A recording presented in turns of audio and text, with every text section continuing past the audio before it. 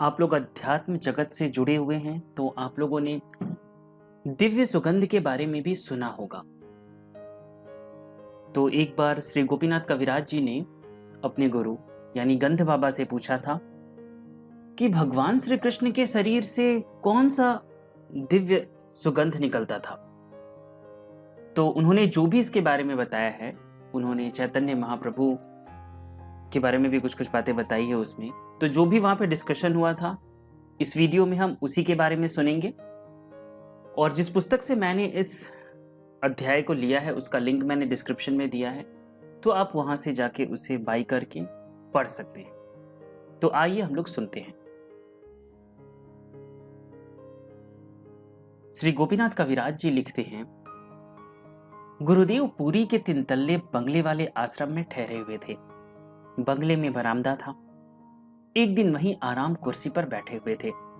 प्रसंगवश सत्संग वार्ता में मैंने कहा, बाबा, जैसे आपके शरीर से निरंतर गंध निकलती है, वैसे श्री कृष्ण, बुद्ध देव तथा चैतन्य महाप्रभु की भी देह से अनवरत गंध प्रसरित होते रहने का वर्णन शास्त्रों तथा भक्त चरितों में मिलता है।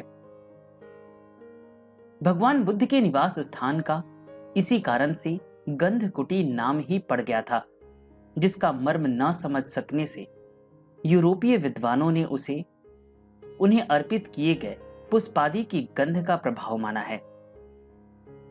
चैतन्य देव के शरीर से पद्म गंध निकलती थी। कहा जाता है कि एक बार अपने शिष्य गोविंद दास के साथ पर्यटन करते हुए वे दक्षिण देश में गए। वहां एक पहाड़ पर वे किसी गृहस्थ के घर ठहरे। उस परिवार के कर्ता तथा उसकी धर्म पत्नी की महाप्रभु में प्रगाढ़ भक्ति हो गई। पत्नी नित्य पूजन तथा कीर्तन से इनकी अभ्यर्चना करने लगी। एक दिन वह बोली, महाप्रभु, आप तो भगवान हैं, मेरा उद्धार करिएगा। महाप्रभु बोले, भोली, मैं भगवान कैसे हो गया? यह तेरा भ्रम मात्र है। उसने कहा, हे भगवान, अपने को छिपा नहीं सकते। आपके शरीर से निरंतर विद्युत शक्ति प्रवाहित होती रहती है, पद्मगंध निकलती रहती है। इसी से मैं पहचान गई। महाप्रभु ने निरुत्तर होकर उसकी अभिलाषा पूरी करने का आश्वासन दिया। प्रसिद्ध है कि महाप्रभु स्वयं श्री कृष्ण के शरीर से निकली हुई गंध से उनकी दिव्य उपस्थिति का आभास पाकर प्रियतम को खोजते खोजते उन्मत्त हो जाते थे। इस प्रसंग में मैंने गुरुदेव से निवेदन किया कि चैतन्य चरितामृत यानी मध्य लीला में इस गंध के महत्व का वर्णन करते हुए कहा गया है, हीन श्री कृष्ण अंग गंध जेना पाए से संबंध तार नासा भस्त्रादि समान। यह सुनकर बाबा बोले, क्या इस सुगंध के प्रकार का भी कुछ विवरण तुम्हें मिला है? मैंने कहा, जी, नीलकमल, तुलसी मंजरी, मृगमद, श्वेत चंदनादि 6 द्रव्यों के सम्मिश्रण से जो सुगंध उत्पन्न होगी वह श्री कृष्ण के देह से निकलने वाली गंध का आभास मात्र है, ऐसा उल्लेख पाया जाता है।